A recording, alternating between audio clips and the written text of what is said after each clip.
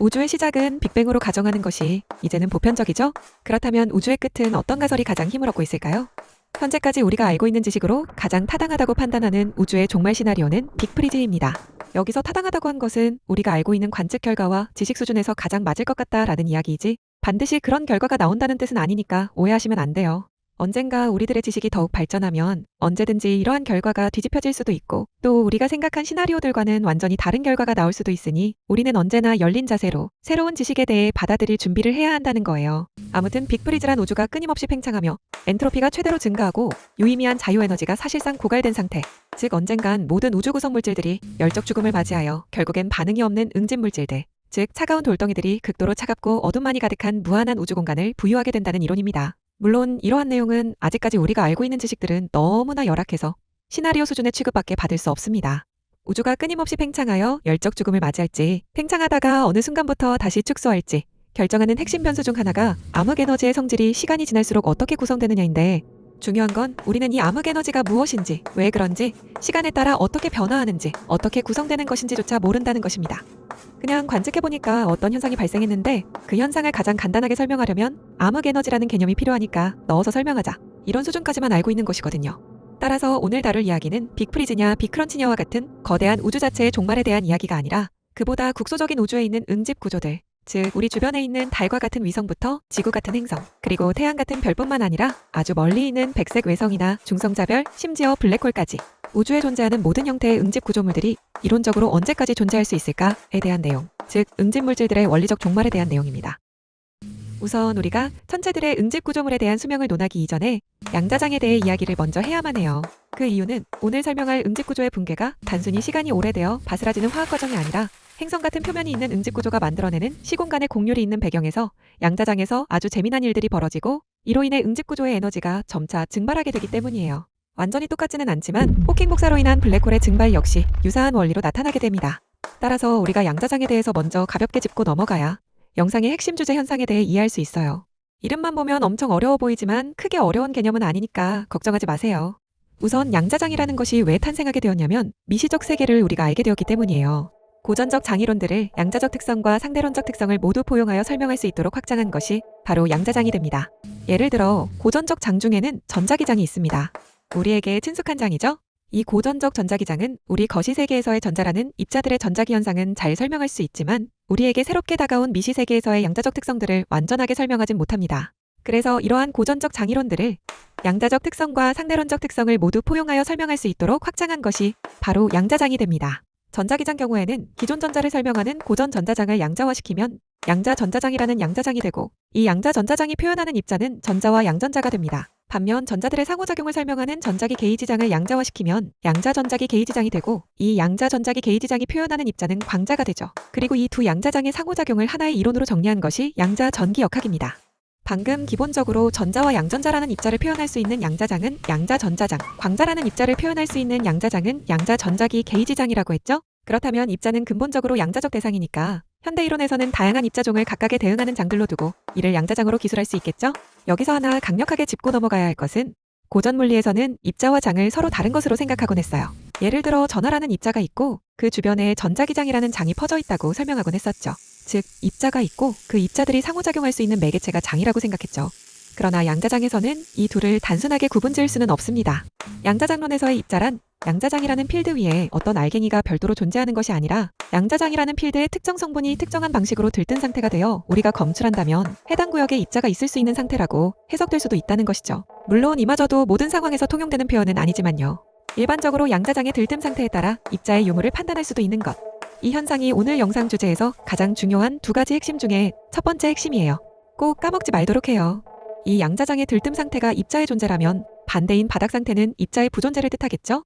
즉 양자장의 바닥 상태는 일반적으로 진공을 나타낸다는 것이에요. 보통 진공에는 아무런 실입자도 없고 에너지도 최저로 떨어진 상태니까 양자장도 정적인 상태가 될 것처럼 보이는데요. 사실은 그렇지 않습니다. 양자장은 실입자가 존재하지 않고 에너지가 최저로 낮아지더라도 정적으로 고정되지 않고 조금씩 요동치게 됩니다. 이것을 양자요동 또는 진공요동이라고 부릅니다. 마치 입자와 반입자가 아주 짧은 시간 동안 생겨났다 사라지는 것처럼 입자도 없고 에너지도 최저로 떨어진 바닥 상태의 진공에서도 양자장엔 요동이 남는다는 것이에요.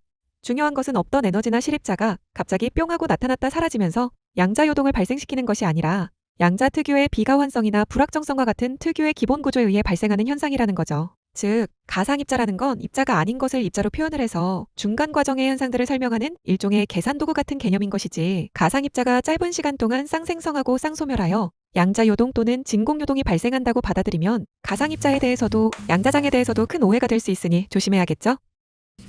양자장의 두 번째 핵심은 바로 상대론적 성질입니다. 아까 양자장은 양자역학뿐만 아니라 상대론적 의미도 포용하였다고 했죠? 이 말은 양자장 역시 시공간의 왜곡에 영향을 받는다는 겁니다.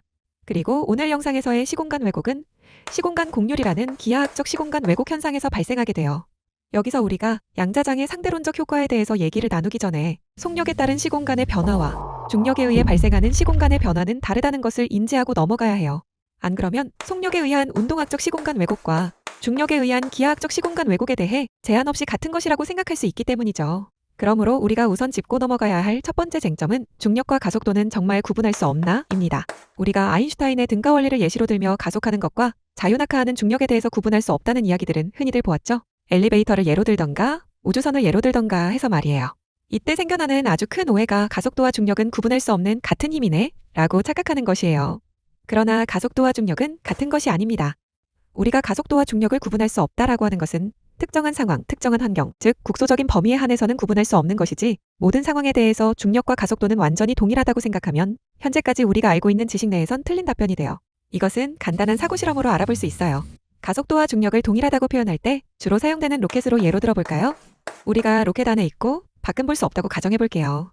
그리고 우리가 있는 로켓은 그 길이를 유한하지만 가늠할 수 없을 정도로 길다고 가정하고 우리는 긴 로켓의 바닥이 아닌 어딘가에 위치해 있다고 할게요. 이때 우리가 깊이를 알 수 없는 로켓 바닥을 향해 두 개의 줄을 뚝 떨굴 때 추들이 9.8m/s제곱의 가속도로 낙하한다면 우리는 지구상에서 발사 대기 중인 상태인지 9.8m/s제곱으로 가속하는 로켓인지 구별할 수 없다는 것이 흔히 말하는 등가 원리, 즉 중력과 가속도를 구분할 수 없다는 예시죠. 만약 이 추들이 떨어지는 원인이 로켓의 가속도에 의한 유사중력 때문이라면 추들은 아무리 깊은 곳까지 추락하더라도 추 사이의 거리는 떨어지기 시작한 시점과 동일하겠죠. 그러나 중력에 의해 추락한 것이라면 중력의 중심원을 향해 추락하는 것이니까 두 출 사이의 상대거리는 점점 좁혀지며 낙하하게 됩니다. 이러한 상대거리의 변화, 즉 조성력은 시공간 공률이 있을 때 나타나는 대표적인 현상이에요.